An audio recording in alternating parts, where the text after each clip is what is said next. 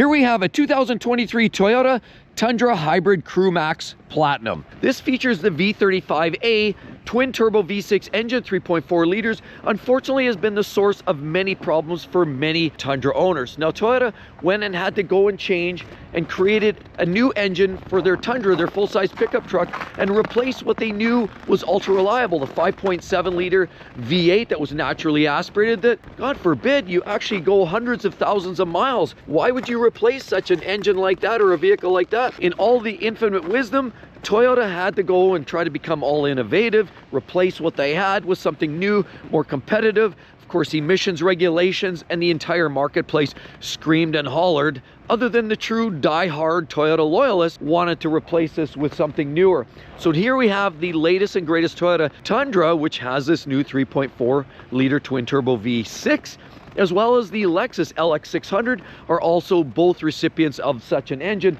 And sadly, now a lot of customers are finding themselves in harm's way, and Toyota may not ever be quite the same. It depends how they handle the situation, may dictate what their future looks like, because we have a multitude of stories. Because not only are we hearing stories of 2022 and 2023 Toyota Tundras that have had a recall for replacement of engines. Sadly, now I'm even hearing stories of 2024 models. So we're not totally sure, allegedly, if Toyota is out of the woods with these engine replacement program, but 100,000 units is what they're looking at right now.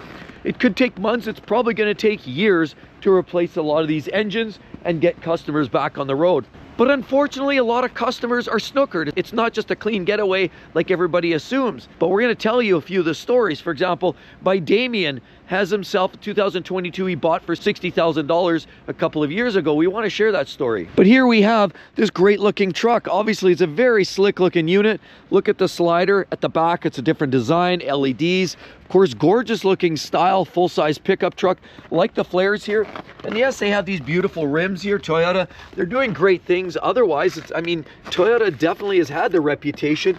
Lots of great detailing here, two-tone handles, and here looking at the Platinum. Of course, you've got step guards, fold-away mirrors. This is the iForce Max, as we see right there. You'll notice big headlights, big grille, and the blue decal, or the blue logo, means you're talking about a hybrid. Now, this is pretty much one of the top of the line vehicles you can get in the Tundra space for Toyota, and they don't come cheap. And Damien found out the hard way by spending $60,000 a couple of years ago on his 2022. He bought it.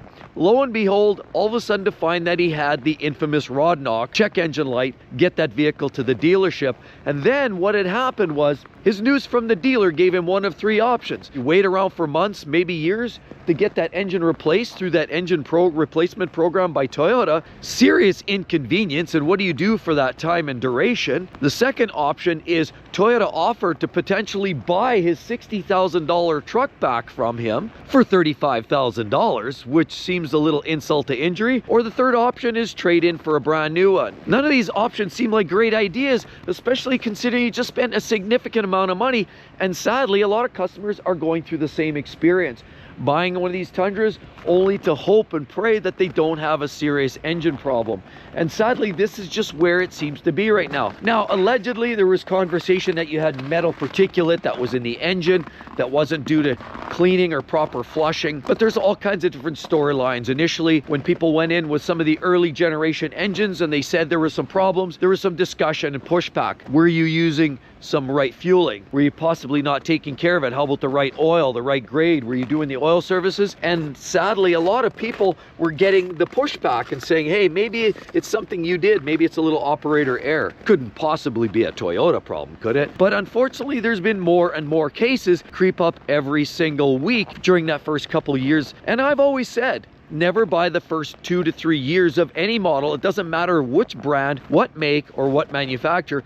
And unfortunately, Toyota now has a product that we're finally starting to see. You definitely want to get that confirmation to avoid the first couple of years. Because another customer by the name of Chris had his Toyota Tundra 2023 edition, and sadly at 19,500 miles experienced a check engine light, a knock, and a loss of power. He took it into the dealer. They resolved it by replacing the engine, which unfortunately took a significant amount of time, weeks, to get your engine back in and out and back to the customer. I believe believe it was in that 3-week span. And Toyota had actually replaced only the short block. In other words, just the basic engine, but not all the ancillaries, all the coolers and all the top end parts and components, even turbos. A lot of those parts were not included in a proper short block replacement. As initially it was said, the short block was the culprit and you had filings of particulate within the oiling. So changing the short block was the assumption that that would fix it. But after this replacement of the short block, Chris headed out, and a mere 500 miles later, another catastrophic engine failure. He said enough is enough, sailed that vehicle down the road and decided, hey, go forward, be warned. And then another owner by the name of Mike had a Tundra as well, a 2022. And then Mike, another owner of a 2022 Toyota Tundra, was driving it in a spirited fashion, and one in which it was meant to drive that way. 6,000 RPM in sport mode because he liked the way it drives. I mean, the engine should be able to tolerate that. And got on it, and all of a sudden, a rod knock. Check engine light, limp mode, loss of power.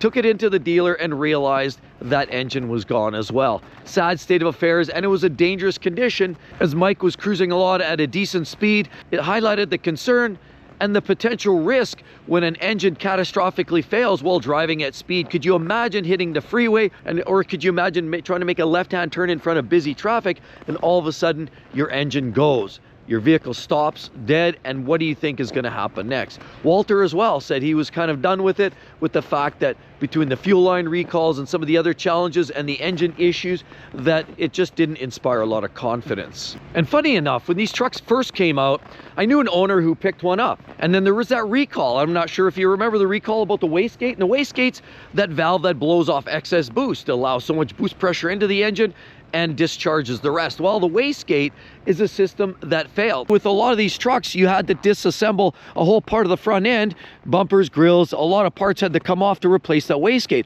It's a sign that the vehicles are far more complex and complicated than they've ever been. Well, that in itself isn't the biggest deal, other than the fact it does kind of make me wonder, if you're talking about detonation, wastegate not regulating the amount of boost into the engine, could I be onto something? In some cases, maybe it over boosted the engine and blew up the engines, possibly indirectly related to a bad wastegate and turbocharger system. I'm not sure, but I do know the broken wastegates and the wastegate issues were a problem, and a lot of customers were dealing with that. And I mentioned to somebody, a person I know that had bought one of these, named Mike, bought one and shrugged it off. No big deal, Toyota will look after it.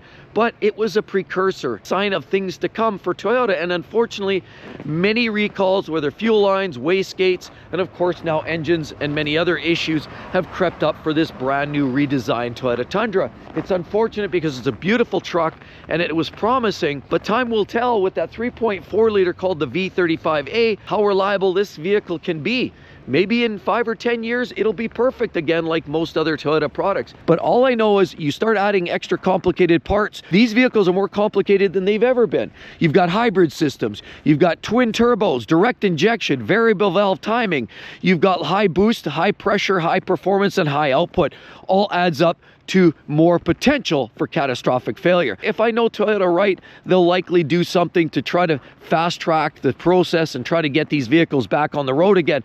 But sadly, for those hundreds of thousands of customers that are stuck with a truck that even if they haven't blown up yet, they're sitting on the hairy edge of turning that key on that next ignition run to take a trip to work or to the bank, wondering if that's the last time that that engine will survive. Unfortunately, the Toyota Tundra, the Lexus LX 600 are a couple of vehicles that are in serious distress right now, and how Toyota decides to handle this could make or break their success in the future. I mean, it's a decision. Chase the dollar or chase the customer. That's ultimately what Toyota has to make that decision on. And while they are going to replace lots of these engines, there's a lot of people that are potentially going to just walk away from their truck, like Chris did, said sayonara, never again, see you later. Because that's unfortunately the outcome for many people. A lot of people are losing confidence and faith and trust in a lot of the Toyota products. We're hearing in a lot of models, the GR Corollas, the Corolla Cross. I mean, there's a lot of vehicles now that have had some issues.